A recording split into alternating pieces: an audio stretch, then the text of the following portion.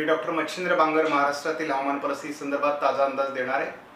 त्याचबरोबर एप्रिल महिन्यामध्ये काय परिस्थिती असू शकते याविषयीचा अंदाज आपण घेणार आहोत, कारण आज 30 मार्च आहे आणि पुढील महिन्याचा अंदाज आपल्यासाठी महत्त्वाचा आहे।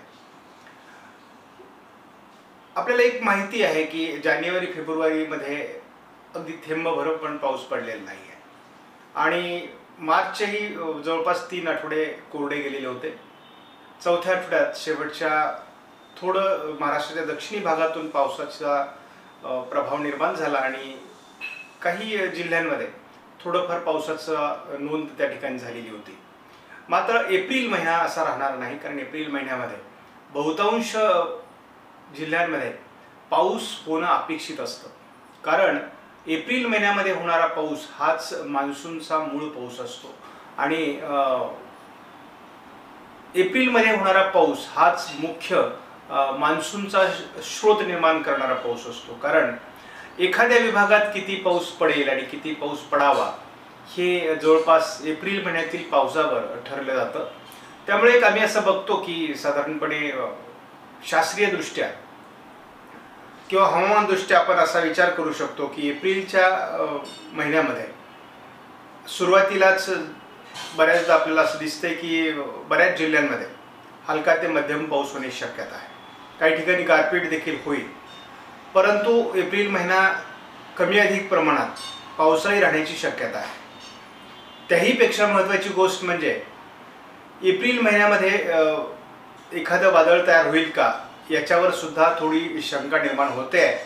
परंतु अजून तरी बंगालच्या उपसागरामध्ये जरी एखादी चक्राकार स्थिती निर्माण होताना दिसत असली तरी ती फार बळकट होईल असं अंदाज दिसत नाही आहे।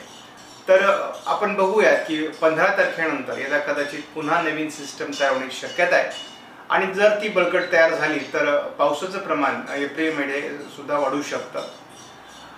परंतु एक साधारणपणे दिसते की सरासरी जो पाऊस एप्रिलमध्ये दरवर्षी होत असतो तेवढा पाऊस याही वर्षी नक्की होणार आहे। थोडंफार प्रमाण त्याचं वाढू शकतं असं दक्षिणी भागात दिसते, म्हणजे पश्चिम महाराष्ट्र आणि महाराष्ट्राच्या दक्षिणी भागामध्ये हे प्रमाण थोडं अधिक राहण्याची शक्यता आहे।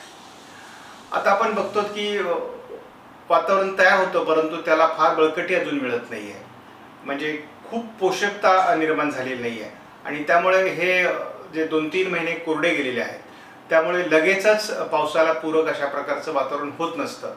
हळूहळू हे वातावरण तयार होतं आणि आता जसा काही विभागात पाऊस पडेल तसं त्या ठिकाणी पुन्हा रिपीटेड म्हणजे आपण पावसाची पुनरावृत्ती त्या ठिकाणी होण्याची शक्यता असते। त्यामुळे एप्रिल महिन्यातला पाऊस हा एखाद्या विभागाला पूरक पाऊस देण्याच्या क्षमतेसाठी आवश्यक असतो। त्यामुळे आता आपण बघूयात की एप्रिलमध्ये आपल्याला असं दिसतंय की थोडा की होईना पाऊस प्रत्येक जिल्ह्यामध्ये पडणार आहे आणि त्यामुळे या पावसाचा परिणाम आपल्याला बघायचा आहे। त्याचबरोबर आता सध्याच्या अंदाजानुसार तरी मध्य महाराष्ट्र, उत्तर महाराष्ट्र आणि पश्चिम महाराष्ट्रामध्ये सुरुवातीला पावसाळी वातावरण तयार होईल। मराठवाड्याच्या दक्षिणी भागात पावसात जोर राहण्याची शक्यता आहे। थोडं विदर्भावर सध्या तरी वातावरण तयार होताना दिसत नाही। सध्या विदर्भामध्ये फारसं पावसाळी वातावरण तयार होण्याचा अंदाज नाही आहे, परंतु देखील तरी होऊ शकतं की काही भागामध्ये जर पुढे म्हणजे उत्तरार्धामध्ये एप्रिलच्या वातावरण बदललं तर याही विभागात पावसाची नोंद होईल। त्यामुळे सर्व महाराष्ट्रामध्ये हलका ते मध्यम पावसाची नोंद होणार आहे। खूप मोठा पाऊस किंवा खूप जास्त गारपीट असं काही होईल असं वाटत नाही सध्या तरी, परंतु पावसाची हजेरी मात्र सर्व जिल्ह्यांमध्ये थोड्याफार फरकाने किंवा कमी अधिक प्रमाणात होण्याची शक्यता आपण व्यक्त केलेली आहे।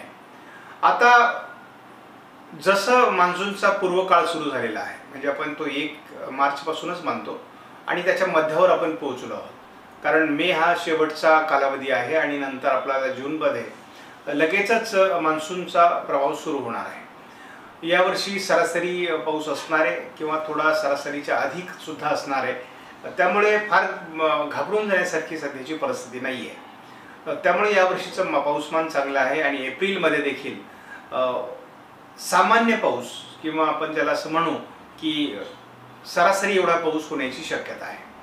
त्यामुळे आपण एप्रिलमध्ये सर्वच जिल्ह्यांमध्ये होणाऱ्या पावसाचा अंदाज घेणार आहोत आणि असं स्पष्ट दिसतंय की सर्वच जिल्ह्यांमध्ये पाऊस होईल.